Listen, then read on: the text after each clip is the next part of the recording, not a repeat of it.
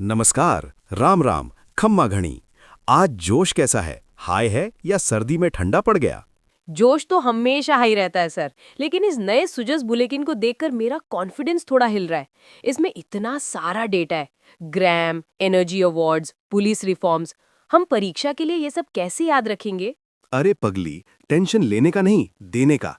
ये दस्तावेज सिर्फ खबर नहीं है, ये आरपीएससी के लिए सोने की खान है। इसे मैं सुजस गोल्ड कहता हूँ। अगर तुम्हें इसे डिकोड करना आ गया तो मेंस में 20 नंबर पक्के समझो। पहले मैं तुम्हें एजेंडा बता देता हूँ। हम इस 4 पेज के दस्तावेज को 4 रणनीतिक स्तंभों में तोड़ेंगे। 1, कृषि और अर्थव्यवस्था, ग्राम की वापसी और गिरदावर रणनीति। 2, सामाजिक क्षेत्र, शिक्षा, बसंत पंचमी, निपुण मेला और मेगा पीटीएम। 3, ऊर्जा और प्रशासन, एक आईएएस अधिकारी डॉक्टर अर्तिका शुक्ला की सफलता की कहानी और राजस्थान का सौर प्रभुत्व। 4, कानून और शासन, पुलिस रिपोर्टिंग पर हाईकोर्ट की डिजिटल स्ट्राइक मेडली एपीआर। और सुनो, भाग के मत जाना। अंत में मेरे पास 10 हाई लेवल एमसीक्यूज हैं जो टेस्ट करेंगे कि तुम वास्तव में सुन रहे थे या बस एसडीएम बनने के सपने देख रहे थे। सर, प्लीज कानूनी पेचीदगियों को भी समझाइएगा। पिछली बार आरपीएससी ने ऊर्जा संरक्षण वाले सवाल में विशिष्ट एक्ट के बारे में पूछ लिया था। चिंता मत करो छोरी, मैं एक्ट, सेक्शन और पेनल्टी सब कवर करूंगा। नोट्स निकाल लो, पेन तैयार रखो। चलो गहराई में गोता लगाते हैं। सुजस का पेज 1 खोलो। हेडलाइन चिल्ला रही है, कृषक कल्याण को नई दिशा। लेकिन मुख्य खबर क्या है? यह है 2026 में ग्राम की वापसी। सर रुकिए, क्या ग्राम 2016 में वसुंधरा राजे सरकार की योजना नहीं थी? भजनलाल शर्मा सरकार इसे 10 साल बाद क्यों वापस ला रही है? शाबाश, यही वो सूक्ष्म समझ है जो मुझे चाहिए। हाँ, ग्राम को 2016 में लॉन्च किया गया था। ये जेईसीसी सीतापुरा में एक विशाल आयोजन था। 2016 का भागीदार देश इजराइल था। हमने रेगिस्तान में जैतून और खजूर की शुरुआत की थी। फोकस एग्री एंटरप्रेन्योरशिप पर था। 2026 का अब निरंतरता को देखो। वर्तमान सरकार इसे पुनर्जीवित कर रही है क्योंकि किसानों की आय दोगुनी करने के लक्ष्य को टेक इंजेक्शन की आवश्यकता है। आप सिर्फ बाजरा उगाकर आय दोगुनी नहीं कर सकते। आपको प्रसंस्करण, मूल्य संवर्धन और वैश्विक बाजारों की आवश्यकता है। तो क्या ये वैसा ही होगा, जयपुर में बस एक बड़ी प्रदर्शनी? नहीं, और यहीं पर पेपर सेटर आपको फंसाएगा। टेक्स्ट को ध्यान से देखो। बड़े ग्राम इवेंट से पहले वे ग्राम उत्थान शिविर आयोजित कर रहे हैं। तारीख है, चरण 1 की शुरुआत 23 जनवरी बसंत पंचमी से होगी। चरण 2 फरवरी में है। स्तर, ये सबसे महत्वपूर्ण बिंदु है। क्या ये शिविर पंचायत स्तर पर है या ब्लॉक स्तर पर? इसमें लिखा है गिरदावर सर्कल स्तर। बिंगो, 2839 गिरदावर सर्कल। अब बताओ दृष्टि, प्रशासनिक पद सोपान में एक गिरदावर कहाँ खड़ा होता है? पटवारी से ऊपर? पटवारी एक राजस्व ग्राम या एक समूह को संभालता है, सबसे निचले स्तर का कार्यकर्ता। गिरदावर कानूनगो, भू अभिलेख निरीक्षक आईएलआर, वो 3 से 5 पटवारियों का सुपरविजन करता है। नायब तहसीलदार, उप तहसील प्रमुख, तहसीलदार, तहसील प्रमुख, कार्यकारी मजिस्ट्रेट। मानसर की इनसाइट, गिरदावर सर्कल को क्यों चुना? अगर आप इसे पंचायत स्तर पर करते हैं तो ये बहुत छोटा है, बहुत सारे शिविर, संसाधनों की कमी। यदि आप इसे तहसील स्तर पर करते हैं तो किसान के लिए यात्रा करना बहुत दूर है। गिरदावर सर्कल गोल्डी लॉक्स जोन है, न बहुत बड़ा न बहुत छोटा। ये क्लस्टर आधारित संतृप्ति की अनुमति देता है। तो इन शिविरों में वास्तव में क्या होगा? योजनाओं का सैचुरेशन, ये सरकारी योजनाओं के लिए एक सुपरमार्केट की तरह है। तारबंदी, रोजड़ा, नीलगाय को रोकने के लिए, सोलर पंप, कुसुम योजना, ऊर्जा स्वतंत्रता के लिए महत्वपूर्ण। सॉइल हेल्थ कार्ड, याद है, स्वस्थ धरा खेत हरा। पीएम आवास योजना ग्रामीण, वे गृह प्रवेश समारोह आयोजित करेंगे। और इस नंबर को नोट करें, 12 डिपार्टमेंट भाग ले रहे हैं, लेकिन नोडल डिपार्टमेंट कृषि विभाग है, एग्रीकल्चर डिपार्टमेंट। मानसर की ट्रिक, अगर परीक्षा में पूछा जाए ग्राम उत्थान शिविरों के लिए नोडल एजेंसी कौन सी है, तो ग्रामीण विकास विभाग को मार्क मत करना, कृषि विभाग तो मार्क करना। क्यों? क्योंकि अंतिम लक्ष्य ग्राम एग्रीटेक मीट है। सर, इसमें पंडित दीनदयाल उपाध्याय गरीबी मुक्त गांव योजना का भी जिक्र है। हाँ, वे इसके लिए सर्वेक्षण पूरा कर रहे हैं। ये अंत्योदय, अंतिम व्यक्ति के उत्थान से जुड़ता है। सरकार ग्राम इवेंट से पहले सबसे गरीब गांवों की पहचान करना चाहती है ताकि विशिष्ट हस्तक्षेप डिजाइन किए जा सकें। अब पेज 2 पर चलते हैं। तारीख 23 जनवरी 2026। अवसर Basant Panchami, Saraswati Puja. Event mega PTM, parent teacher meeting. Sir, PTM boring होती है, माता पिता बस शिकायत करने आते हैं। सुजस इसे कवर क्यों कर रहा है? क्योंकि ये कोई सामान्य पीटीएम नहीं है, ये एक राष्ट्र निर्माण अभ्यास है। लक्ष्य 65 लाख अभिभावक। पिछली बार ये 41 लाख था। ये 50% की छलांग है। स्थल हर सरकारी स्कूल, लेकिन सीएम कॉमर्स कॉलेज जयपुर में होंगे। मान सर की इनसाइट। सोशियोलॉजी, सरकार पीटीएम को लेकर इतनी जुनूनी क्यों है? पब्लिक एडमिनिस्ट्रेशन में हम इसे स्टेक होल्डर एंगेजमेंट या सोशल ऑडिट कहते हैं। जब कोई अभिभावक स्कूल में प्रवेश करता है तो वो देखता है 1. क्या शिक्षक उपस्थित है? 2. क्या मिड डे मील, जिसे इस दिन कृष्ण भोग कहा जा रहा है, पकाया जा रहा है? 3. क्या शौचालय साफ है? ये बिना विजिलेंस रेड के जवाबदेही के लिए मजबूर करता है। और ये निपुण मेला क्या है? क्या ये कोई मेला है? ये एक मेला है, लेकिन कौशल के लिए। निपुण का अर्थ है national initiative for proficiency in reading with understanding and numeracy. समस्या ASER रिपोर्ट प्रथम संस्था द्वारा अक्सर कहती है कि कक्षा 5 के बच्चे कक्षा 2 का पाठ नहीं पढ़ सकते। वो एक लर्निंग क्राइसिस है। मिशन निपुण भारत का लक्ष्य इसे 2026-27 तक हमारे सुजस टाइमलाइन में वर्तमान वर्ष में ठीक करना है। लक्ष्य गोल ग्रेड 3 तक सार्वभौमिक FLN मूलभूत साक्षरता और संख्यात्मकता।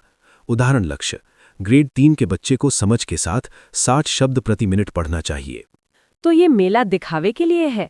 बिल्कुल, ये एक शोकेस है। अभिभावक PEO स्कूलों में आएंगे, बच्चे प्रदर्शन करेंगे।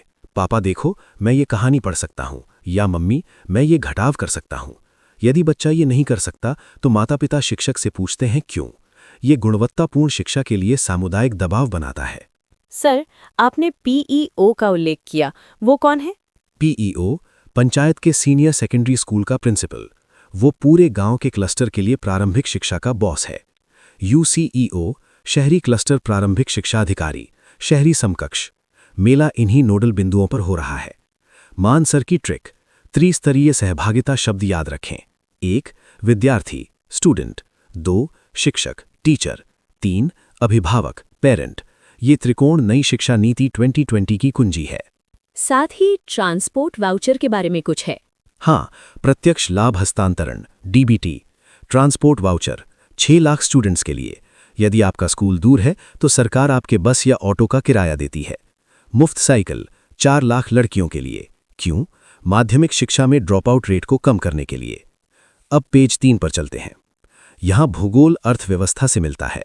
हेडलाइन राजस्थान ऊर्जा संरक्षण पुरस्कार। Star performer doctor Artika Shukla, IAS collector Alwar. वो मशहूर है, मैंने उनका इंटरव्यू देखा था। वो डॉक्टर है ना? हाँ, मौलाना आज़ाद मेडिकल कॉलेज से MBBS, फिर UPSC 2015 में AIR4।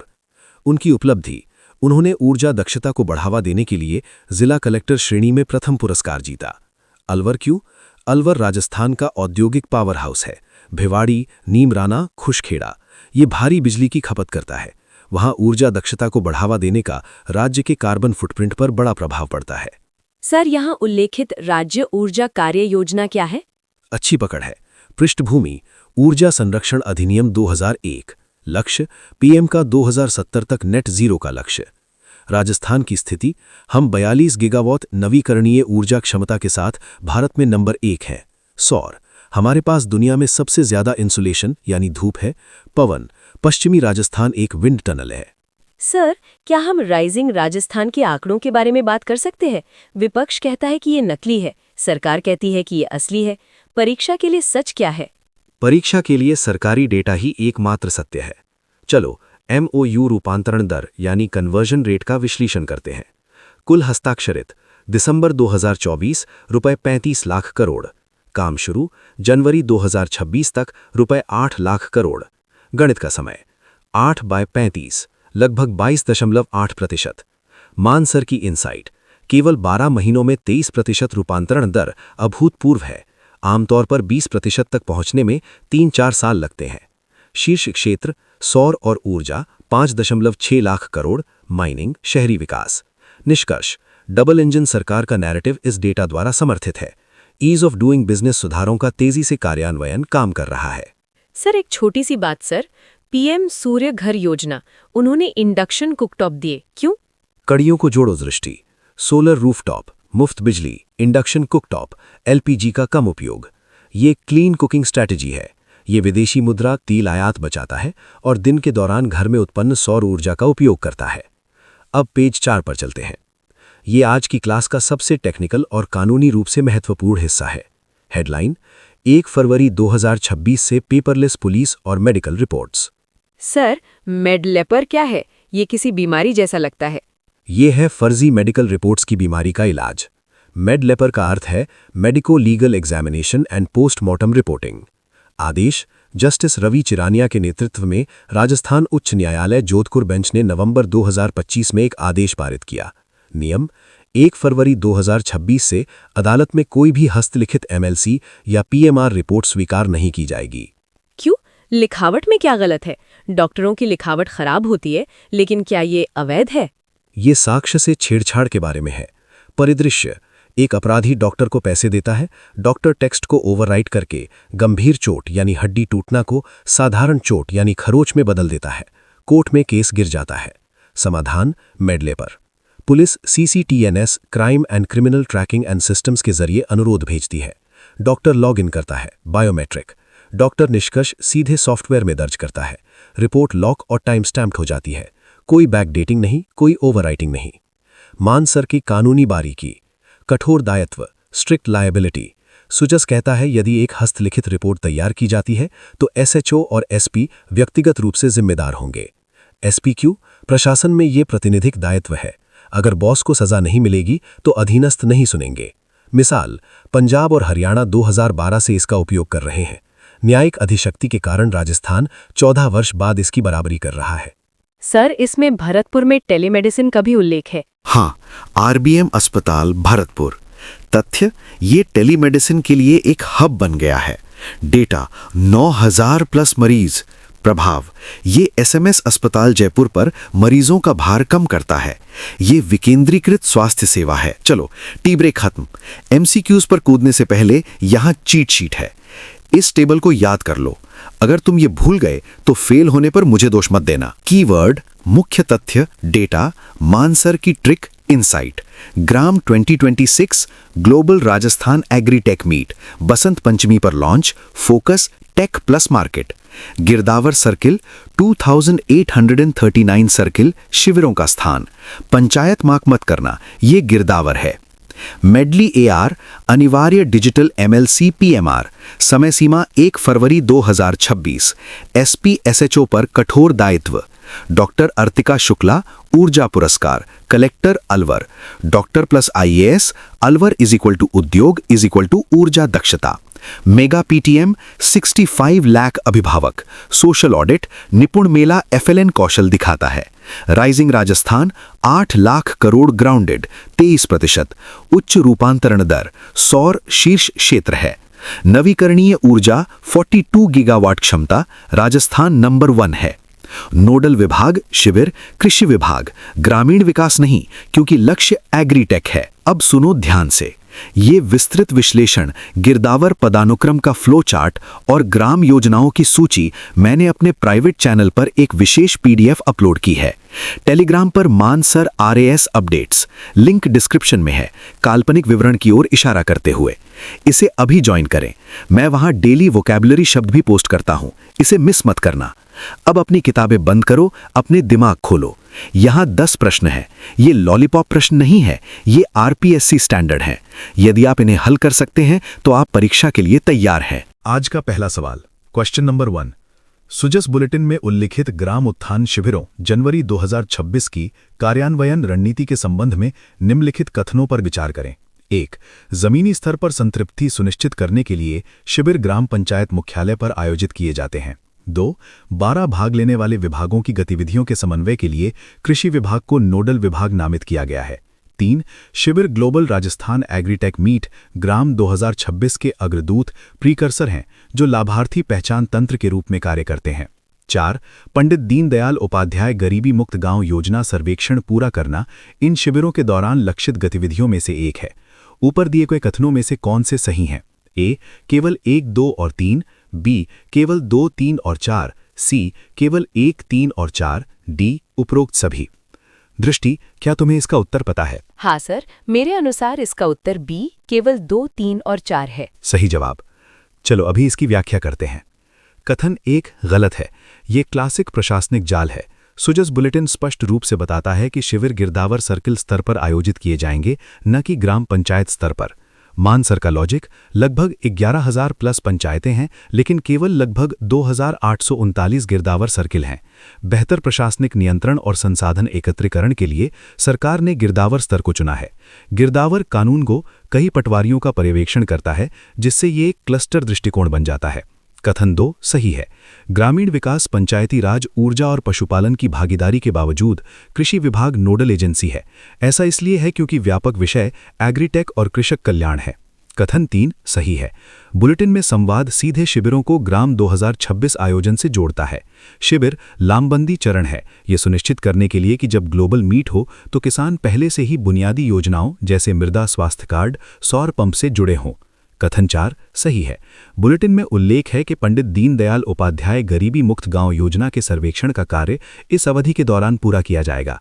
ये कृषि अभियान के साथ अंत्योदय दर्शन को एकीकृत करता है। क्वेश्चन नंबर 2, नीचे 2 कथन दिए गए हैं, एक को अभिकथन ए और दूसरे को कारण आर के रूप में लेबल किया गया है। अभिकथन ए, राज्य सरकार ने बसंत पंचमी 23 जनवरी 2026 को मेगा पीटीएम के साथ पीईओ और यूसीईओ स्कूलों में निपुण मेले आयोजित करना अनिवार्य कर दिया है। कारण आर, राष्ट्रीय शिक्षा नीति 2020-26-27 तक सार्वभौमिक मूलभूत साक्षरता और संख्यात्मकता को प्राथमिकता देती है और पीटीएम के माध्यम से सामुदायिक जुड़ाव सीखने के लक्ष्यों को मान्य करने के लिए एक निर्धारित रणनीति है। नीचे दिए गए कोड का उपयोग करके सही उत्तर चुनें। ए और आर दोनों सत्य हैं और आर ए की सही व्याख्या है। बी, ए और आर दोनों सत्य हैं लेकिन आर ए की सही व्याख्या नहीं है। सी, ए सत्य है लेकिन आर असत्य है। डी, ए असत्य है लेकिन आर सत्य है। दृष्टि, क्या तुम्हें इसका उत्तर पता है? हाँ सर, मेरे अनुसार इसका उत्तर ए और आर दोनों सत्य हैं और आर ए की सही व्याख्या है। सही जवाब। चलो अभी इसकी व्याख्या करते हैं। अभिकथन ए सत्य है।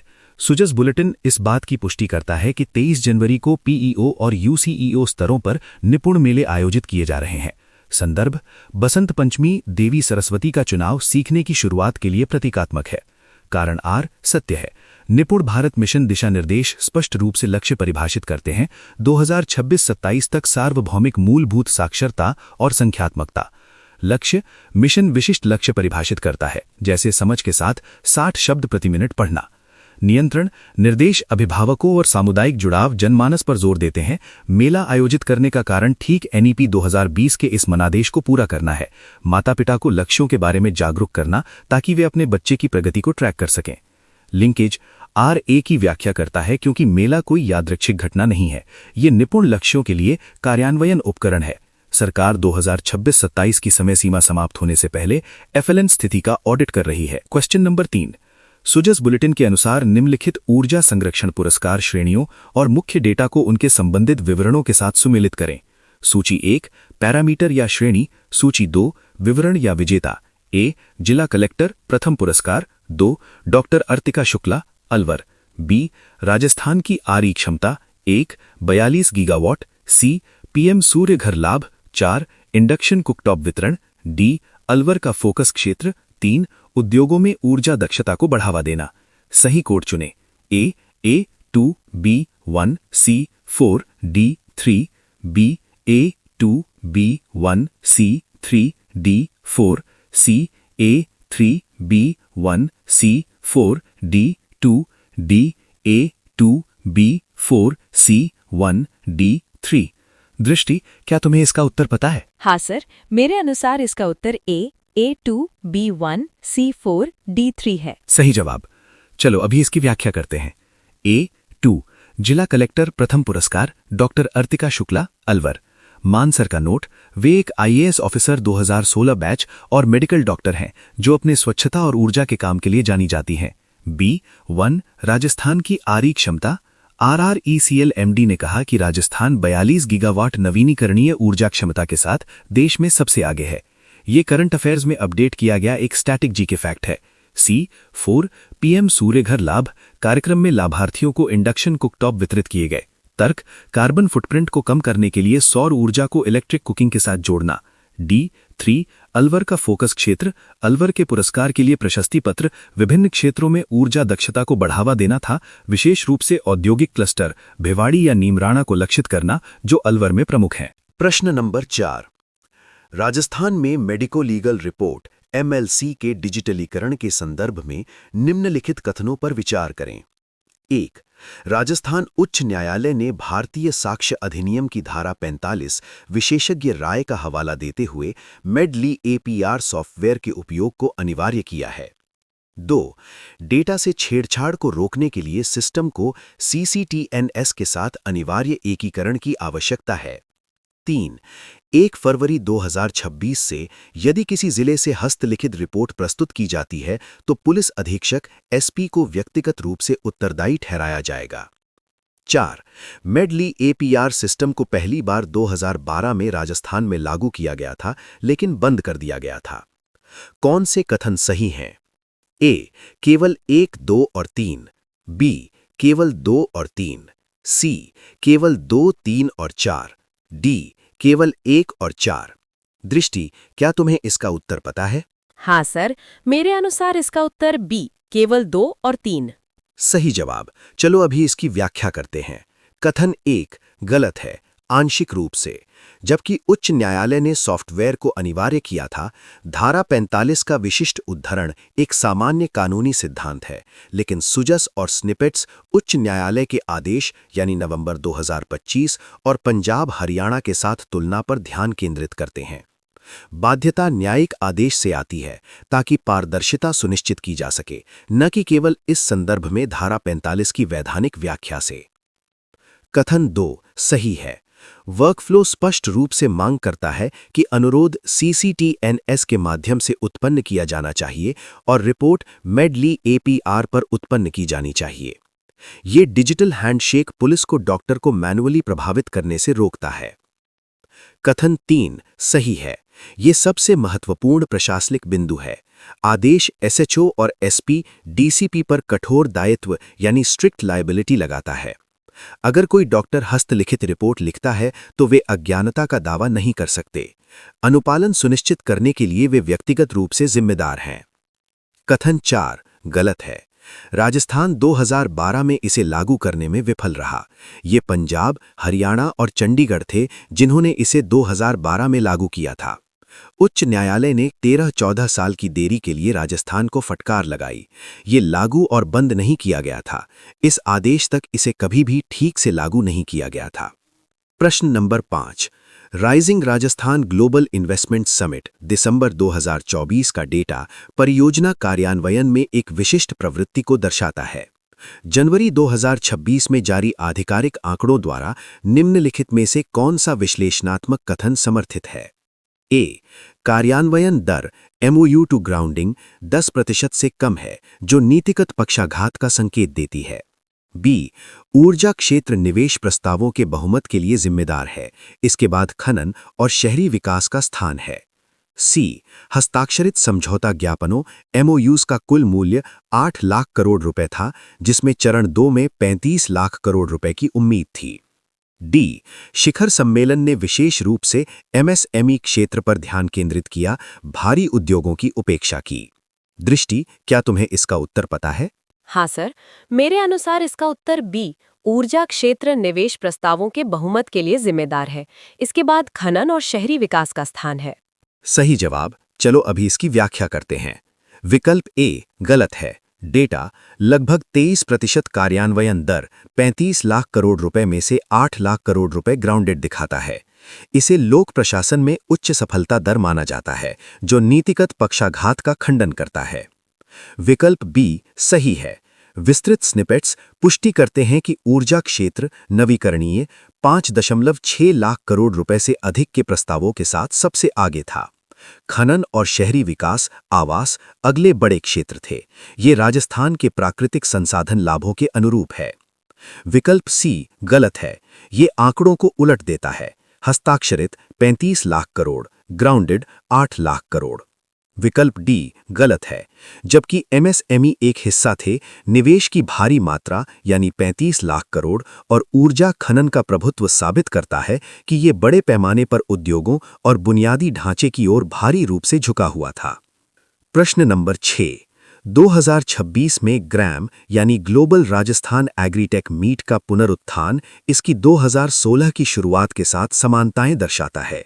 निम्नलिखित में से कौन सा कथन दो संस्करणों को सही ढंग से अलग करता है या जोड़ता है? ए, ग्रैम 2016 में इजराइल एक भागीदार देश के रूप में था और जैतून जैसी फसलों पर केंद्रित था। ग्रैम 2026 घटना से पहले गिरदावर स्तर पर संतृप्ति पर जोर देता है। बी, ग्रैम 2016 उदयपुर में आयोजित किया गया था, जबकि ग्रैम 2026 जोधपुर के लिए निर्धारित है। सी, ग्रैम 2016 ने फसल बीमा के लिए मेडली एपीआर सॉफ्टवेयर पेश किया था।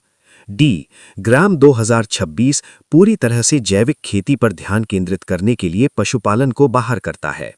दृष्टि, क्या तुम्हें इसका उत्तर पता है? हाँ सर, मेरे अनुसार इसका उत्तर ए, ग्रैम 2016 में इजराइल एक भागीदार देश के रूप में था और जैतून जैसी फसलों पर केंद्रित था। ग्रैम 2026 घटना से पहले गिरदावर स्तर पर संतृप्ति पर जोर देता है। सही जवाब। चलो अभी इसकी व्याख्या करते हैं। विकल्प ए सही है। 2016 में इजराइल के साथ साझेदारी की, जैतून के बागानों की शुरुआत की। 2026 सुजस में मुख्य अंतर गिरदावर स्तर पर ग्राम उत्थान शिविर मॉडल है। ये प्री समिट मोबिलाइजेशन सुनिश्चित करता है कि गणमान्य व्यक्तियों के आने से पहले लाभ किसानों तक पहुंच जाएं। विकल्प बी गलत है। ग्राम 2016 जेईसीसी जयपुर में आयोजित किया गया था। विकल्प सी गलत है। मेडली एपीआर पुलिस और डॉक्टरों के लिए है, कृषि के लिए नहीं। विकल्प डी गलत है। सुजस स्पष्ट रूप से पशुपालक की भागीदारी और मुख्यमंत्री मंगला पशु बीमा योजना जैसी योजनाओं का उल्लेख करता है। पशुपालन एक मुख्य स्तंभ बना रहता है। प्रश्न नंबर 7, 65 लाख अभिभावकों को शामिल करने वाली मेगा पीटीएम पहल कानूनी रूप से निम्नलिखित में से किस प्रावधान द्वारा रेखांकित है? 1. आरटीई अधिनियम 2009 की धारा 21 स्कूल प्रबंधन समितियों का गठन। 2. संविधान का अनुच्छेद 51A के माता पिता का मौलिक कर्तव्य। 3. 73वां संवैधानिक संशोधन शिक्षा के लिए पंचायतों को शक्तियां। सही उत्तर चुनें। ए केवल 1 और 2, बी केवल 2 और 3, सी केवल 1 और 3, डी 1, 2 और 3। दृष्टि, क्या तुम्हें इसका उत्तर पता है? हाँ सर, मेरे अनुसार इसका उत्तर डी 1, 2 और 3। सही जवाब। चलो अभी इसकी व्याख्या करते हैं। कथन 1, आरटीई अधिनियम धारा 21 में 75% माता पिता प्रतिनिधित्व के साथ एसएमसी का आदेश है। पीटीएम इस आदेश का ऑपरेशनल प्रारूप है जो ये सुनिश्चित करता है कि माता पिता सक्रिय रूप से स्कूल की निगरानी करें। कथन 2, अनुच्छेद 51A के माता पिता का ये कर्तव्य होगा कि वो अपने बच्चे को शिक्षा के अवसर प्रदान करें। मेगा पीटीएम माता पिता को इस मौलिक कर्तव्य को पूरा करने के लिए प्रोत्साहित करता है। कथन 3, 73वां संवैधानिक संशोधन शिक्षा प्राथमिक और माध्यमिक 11वीं अनुसूची में है जो पंचायतों को सौंपी गई है। पीईईओज जो सरपंच के साथ मिलकर काम करते हैं और ग्राम सभा जो 22 जनवरी के लिए सुजस में उल्लिखित है कि भागीदारी शिक्षा में स्थानीय स्वशासन की भूमिका को उजागर करती है। प्रश्न नंबर 8, पीएम सूर्य घर योजना के तहत इंडक्शन कुकटॉप का वितरण किस रणनीतिक ऊर्जा उद्देश्य को पूरा करता है? ए, रात के समय पीक लोड डिमांड को बढ़ाना।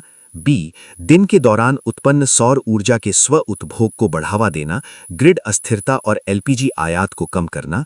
सी, 2026 तक ग्रामीण क्षेत्रों में सभी एलपीजी कनेक्शनों को चरणबद्ध रूप से समाप्त करना। डी, इन्वर्टर के बिना सौर पैनल से सीधे डीसी पावर का उपयोग करना। दृष्टि, क्या तुम्हें इसका उत्तर पता है?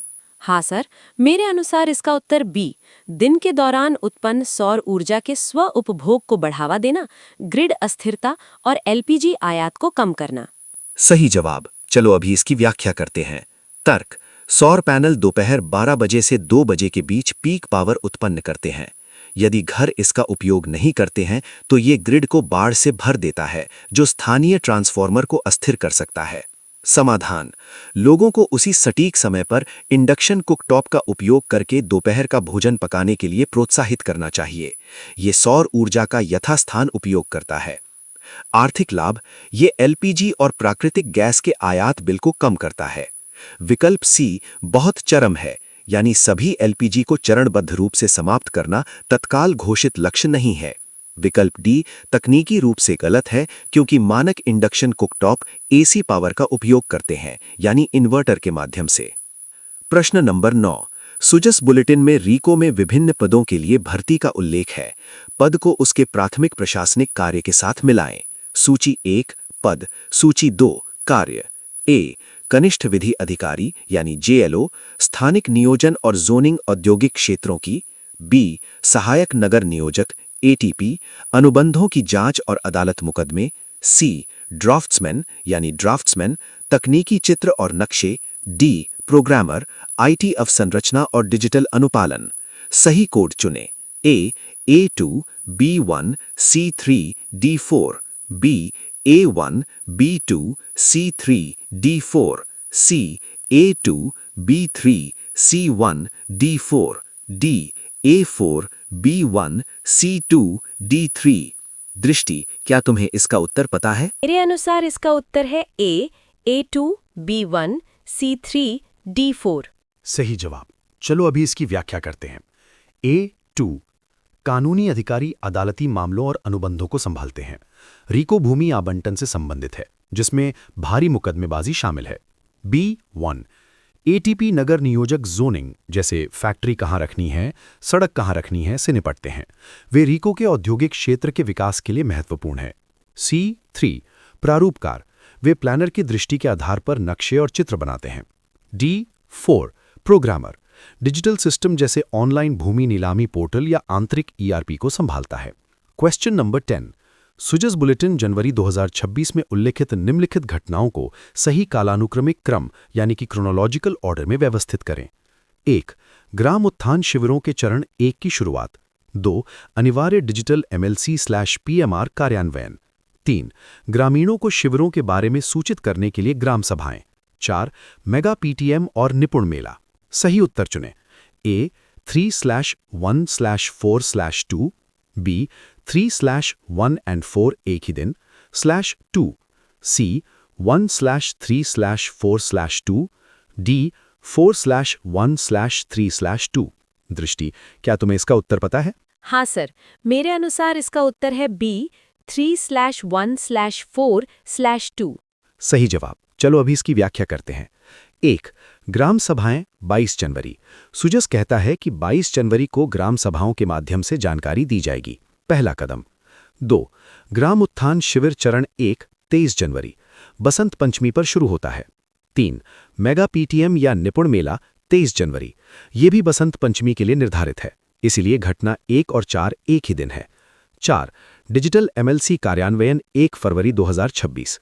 उच्च न्यायालय का मंदादेश 1 फरवरी 2026 को प्रभावी होता है। ये समय सीमा में अंतिम घटना है। ऐसे प्रश्न आपकी तारीखों की अवधारणा यानी रिटेंशन का परीक्षण करते हैं। RPSC को क्रोनोलॉजी पसंद है। आप क्रोनोलॉजी समझिए।